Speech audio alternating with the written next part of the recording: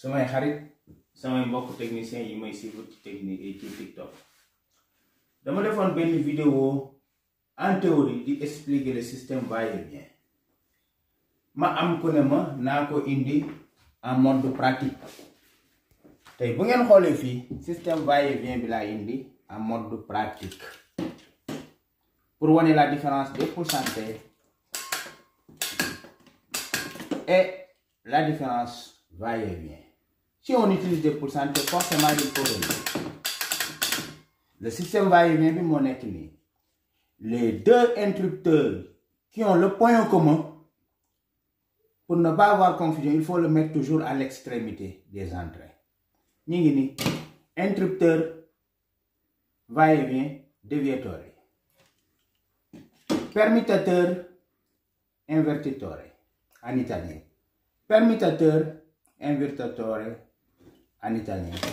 L'interrupteur va-et-vient. Voilà le système va-et-vient. Va, vient. Qui sont les pourcentages qui sont là? Écoute les pourcentages. Avec système va-et-vient, c'est deux choses différentes. Il y a une installation qui est faite. Bi 4 interrupteurs yep pourcentage là. 4 interrupteurs, c'est le système va-et-vient. Damay wone ni ñu koy defee bokk bëgg def ci interrupteur yu bari mi ngi ni. Puntu comme lampe bi moy ñew ci interrupteur bi fi. Interrupteur bi dugg fi ci permutateur bi gennat dugat ci benen bi gennat dem ci interrupteur va-et-vient bi. Mi ngi ni. Li ma ko expliquer fi dafa am ku ne ma lutax nga def ko retour bi phase. Mënta doon dara lu dul phase. Une lampe dérivée vers un interrupteur, c'est une phase.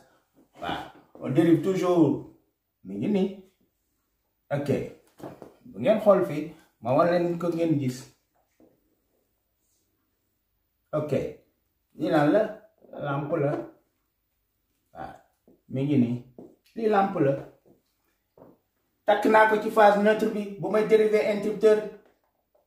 J'aime bien la phase. Qui phase là? Mon nekkat fi. Système va-et-vient mon nek ni. Suma ko bëggé def 4 boutons. Ay interrupteur ngay ay invertitore ngay dem outil. Ça c'est le système italien que j'aime bien. Mais nous on a le système, on explique toujours en français. Voilà mi ngi ni. Système va-et-vient ba ngi ni.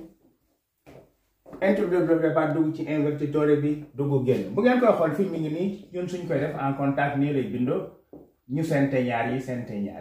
Bo amé testeur nak nga koy mëna xam. Tay vidéo yi la leen indi loon mi ngi ni diggante va-et-vient yi ak diggante pourcentage yi mi ngi ni